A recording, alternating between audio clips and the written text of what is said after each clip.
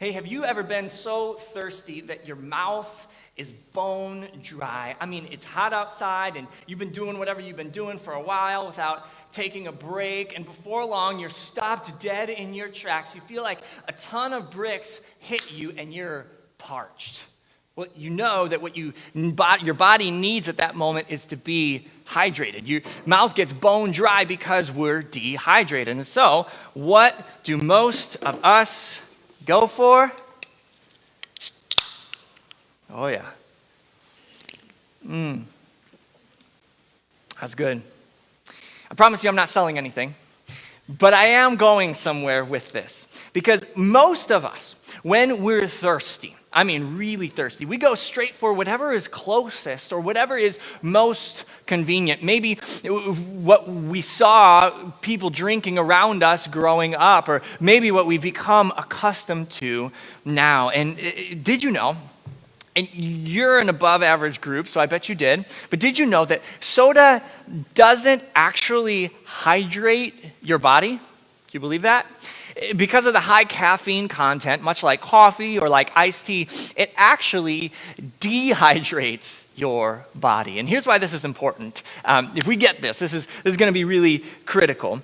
In seeking to give our bodies what it needs most, we actually create a deeper thirst. Not to mention the sugar and the sodium and the other harmful effects that go with it. But what's really interesting to me, is that people are catching on to this. And you don't even have to be a health enthusiast to really notice this trend, although I'm sure some of you right now are going, wow, I can't believe Pastor's talking about this in church, finally. But you don't have to be a health enthusiast to notice this. There are so many products that are available on the shelf that promise to hydrate us. In fact, in some areas in the country right now, there is actually a tax that is put on soda so that consumption will decrease. And so what many of us do is we take our water with us now. Or if you're one of those people who are just too cool for water or so over water, you'll get creative and you'll infuse it with, fruit or some crazy flavor. But why? Why do we go through all of those hoops? Because we're no longer content to buy the lie that soda hydrates our bodies. And here's why this matters. While there is a revolution when it comes to the way that we hydrate our bodies, we completely miss or just kind of ignore this exact same principle when it comes to other areas of our lives. In other words, in seeking to satisfy what we most long for and what we need on the deepest levels, we often do or look to things or people that not only don't satisfy, but leave us worse off than before. So, for instance, we look around us at society and we see injustice and gross inequities and prejudice and inequality. And so what do? Well, we reach for the Facebook feed, the Twitter feed, and we vent our feelings about it. Or maybe you start being consumed by the next voting cycle and you get on the fan base of some politician. Or here's one for you. We look at our finances and we know something's wrong because it just seems like we can't catch up to all the bills and the insurance and the student debt that we owe. And so what do? Well, we just work longer and harder hours. In fact, for some of us, we work longer and harder not because of the money at all, but because we're afraid of failure. We fear the meaninglessness that would haunt us if we didn't get the title, if we didn't have that position or weren't in charge of so many people or this department, if we didn't have the respect and the admiration of our coworkers or our boss. And so we just kind of keep trying to build our platform without slowing down. Some of us in our relationships, we feel like intimacy is impossible.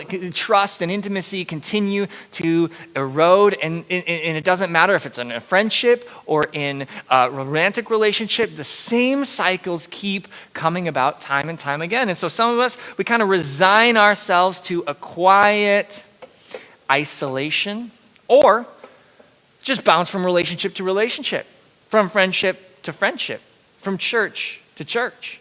And we're never quite satisfied. Or how about this one? Some of us just have to look inside, and we can tell that there's this sadness on the heels of every celebration of our life because of the irretrievability of life. Right now, Michaela, our daughter, is hitting a milestone every couple hours, it feels like. And so whenever she does, Belen and I look at each other, and we're so excited for her, but at the same time, there's that tinge of sadness that, oh, she's growing up so quick. And she'll never be the baby that she was before. And you feel this. I know you do. You feel like time is slipping away, like your season with her, your time with him, your beauty, your employability, so much of your ability to make an impact is slipping through your fingers. And so what do? Well, we buy a beauty cream, right?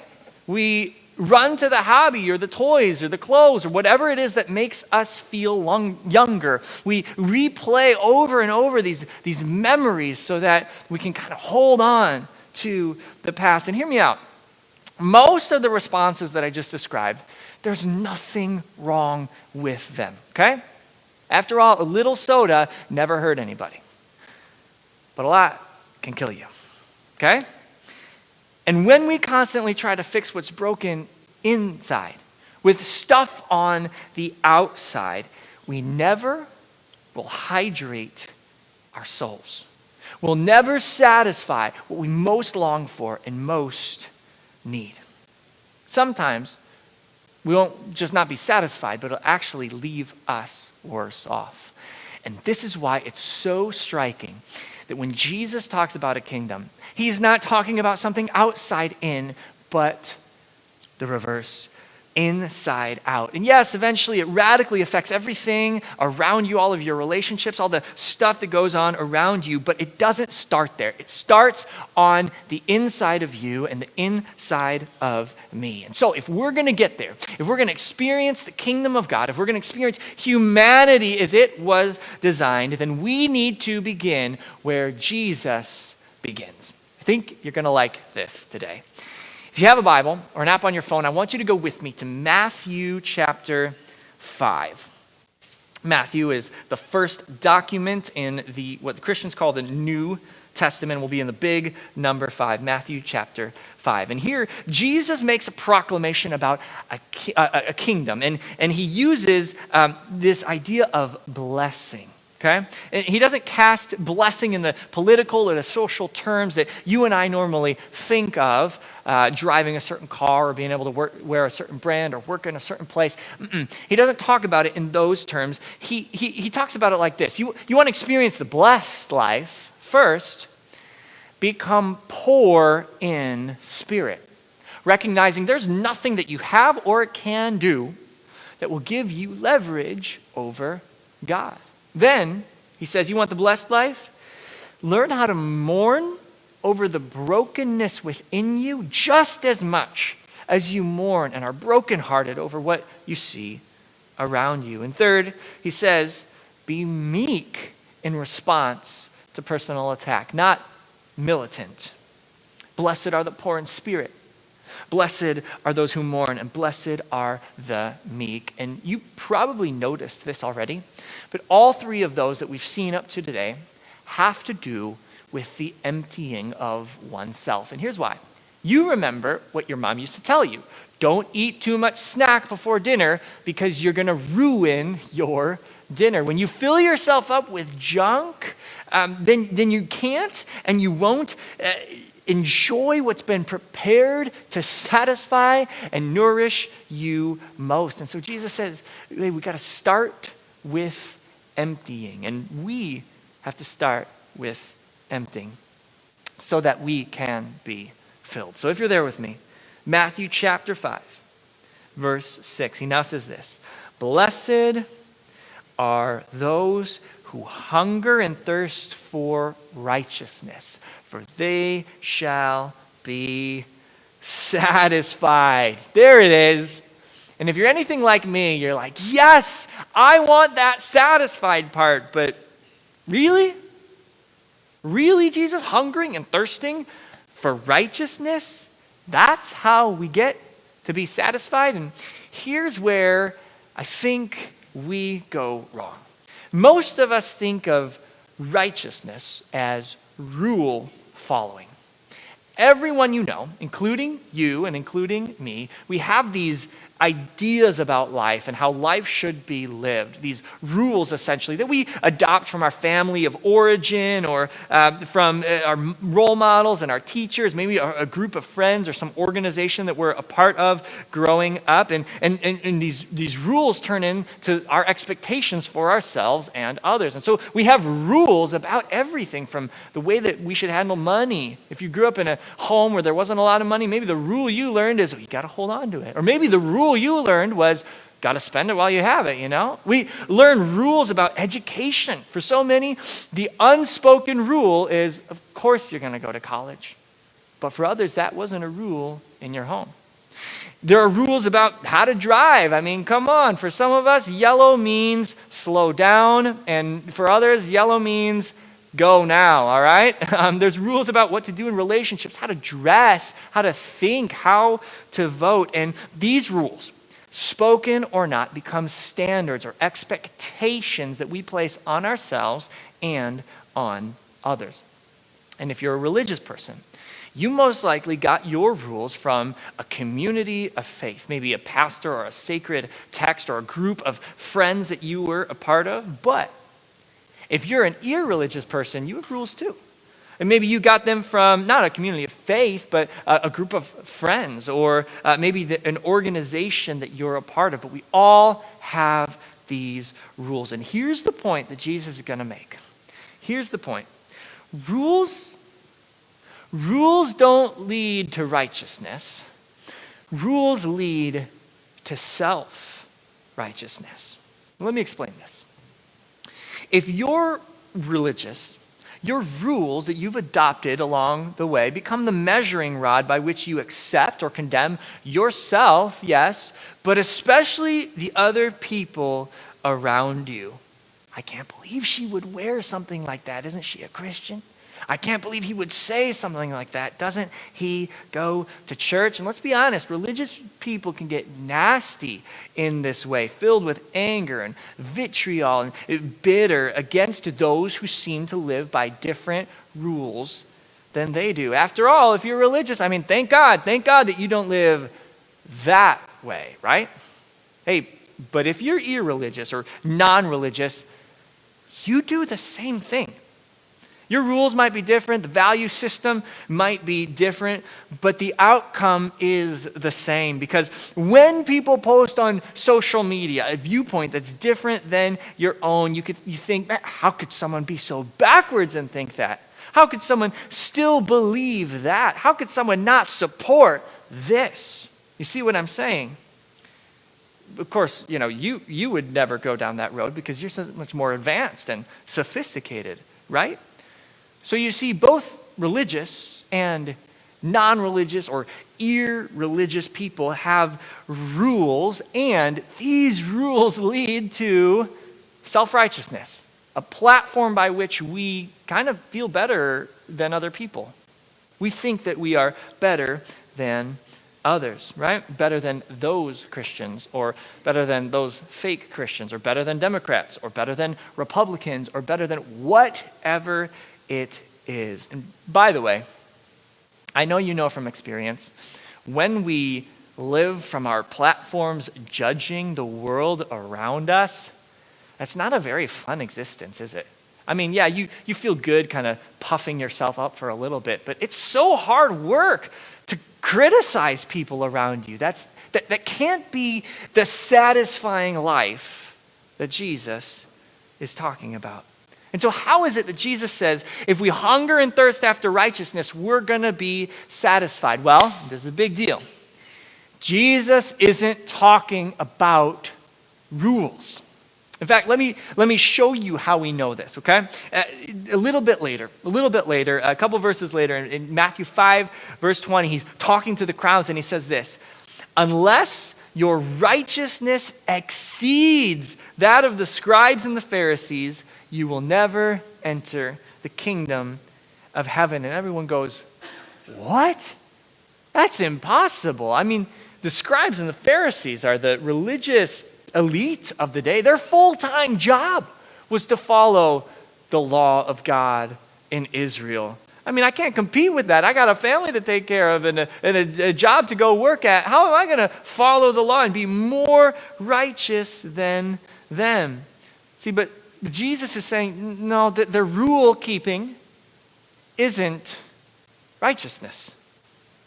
And a little later, he shows why. In Matthew chapter 6, verse 1, he says this, beware of practicing your righteousness before other people in order to be seen by them. You see, the scribes and the Pharisees did what they did in order to be seen by others and to be admired and revered as better than others. Self-righteousness at its core. In fact, Jesus later on calls them whitewashed tombs. Okay, you look good on the outside, but you have death on the inside. In other words, your heart does not love God. And don't get me wrong, this is not just a problem for the religious elite of Israel or religious people today. This is a problem for irreligious or non-religious people as well. They suffer from the same thing. Again, sure, the value systems might be different, but as one cultural commentator recently pointed out, progressives are the new Pharisees. And here's what he meant. For so long, those on the left, politically speaking here in the U.S., cried out against those who are in power, who are imposing their values onto them. Well, now the cultural tide has shifted, hasn't it? And those sort of more left voices are in courtrooms and are in the House and the Senate and are cultural voices, right?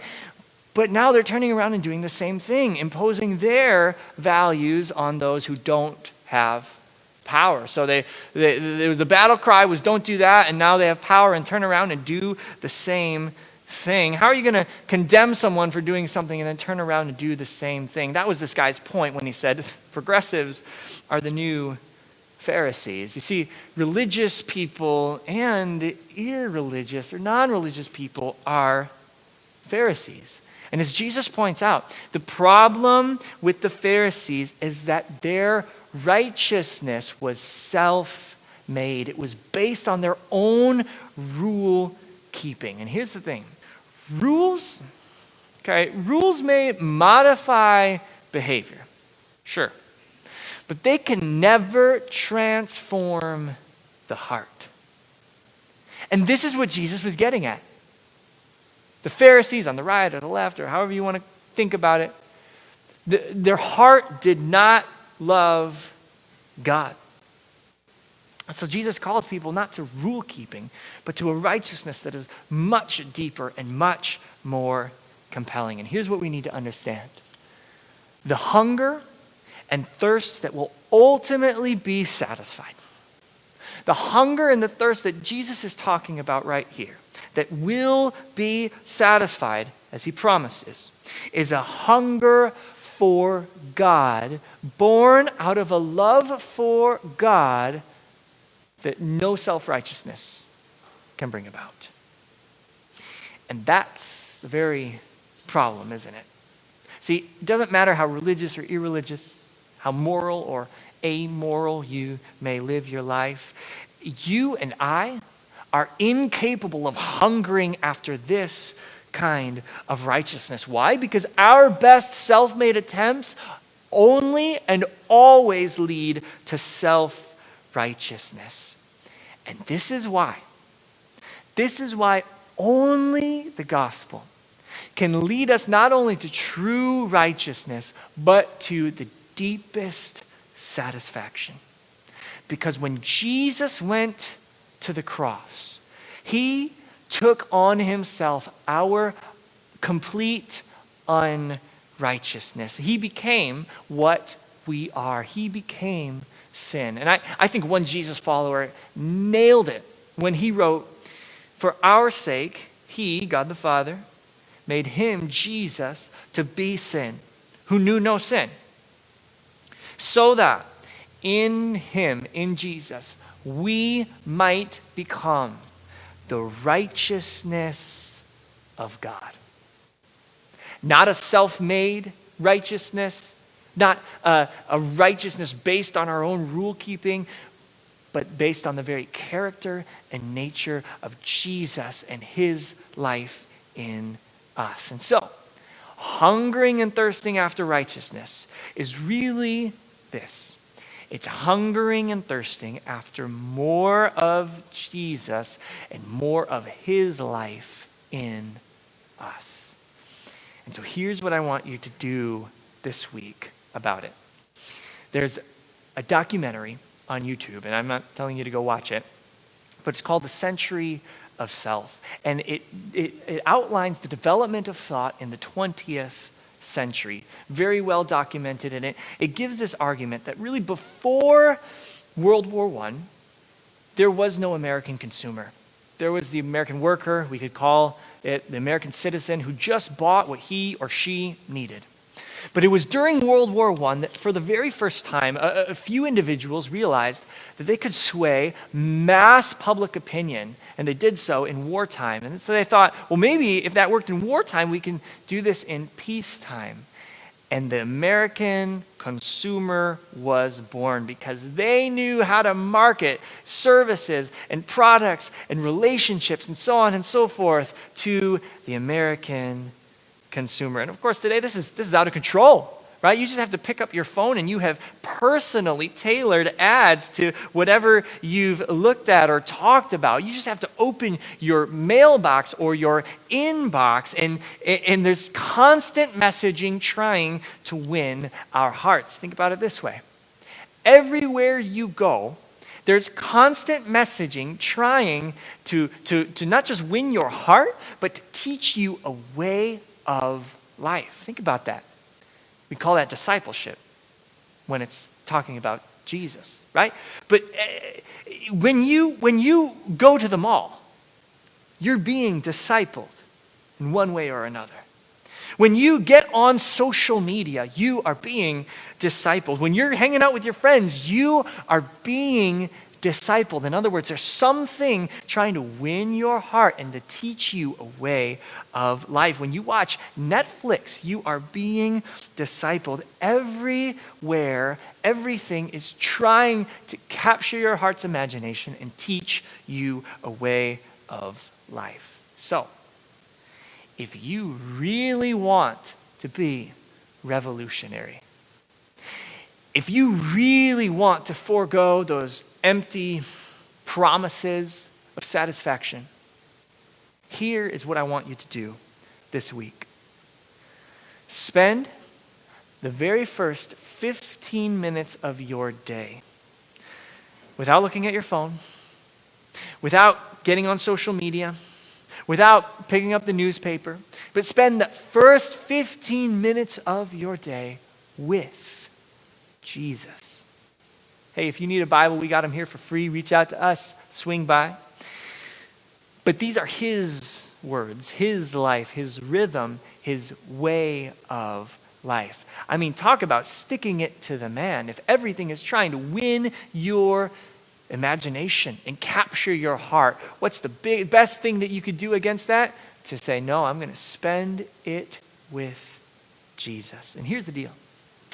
Jesus is the guy who not only modeled for us in the desert what hungering and thirsting for God looks like, okay? He not only told his disciples one day when they went out for lunch, he said, no, I'm good. I have a food you don't know about. It's to do my Father's will. But Jesus also described himself.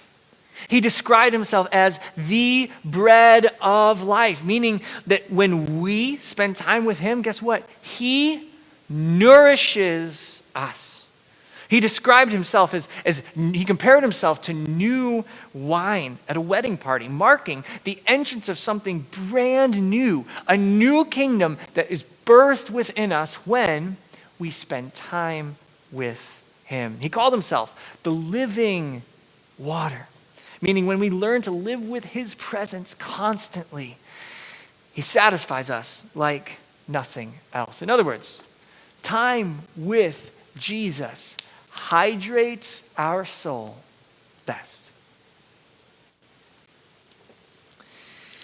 The most revolutionary thing that you could do tomorrow in 2020 is to turn off the news feed, stay off of social media for 15 minutes, spend time with Jesus. Now, don't get me wrong.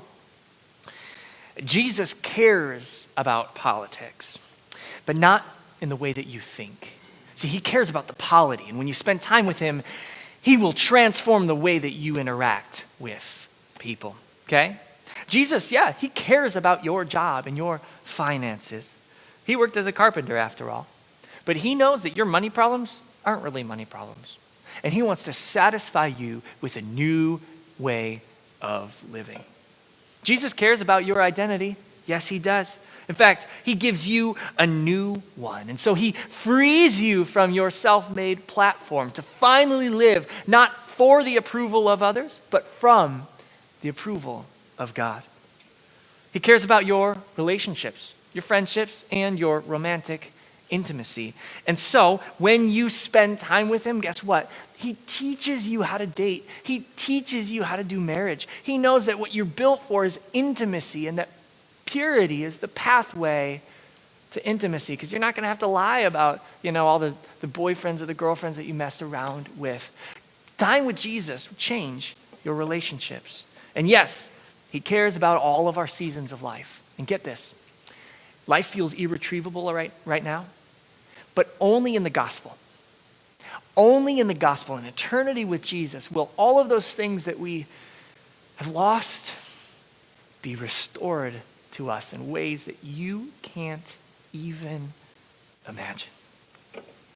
So why hunger for anything else than for more of Jesus? Because when we hunger and thirst for him, for his rhythms in us, when we learn his way of life, he promises to satisfy what we most long for and need. Now, we're not done, but we are going to sing a song after I pray, and then we're going to celebrate something called communion. I'll walk you through it. Will you pray with me? Father, you have promised through Jesus to satisfy what we most long for and most need. And we understand that really longing for, hungering for, thirsting after your righteousness is not a new set of laws or a new set of rules by which we can kind of feel good about ourselves or measure our existence. No, hungering and thirsting after your righteousness is hungering and thirsting after your presence.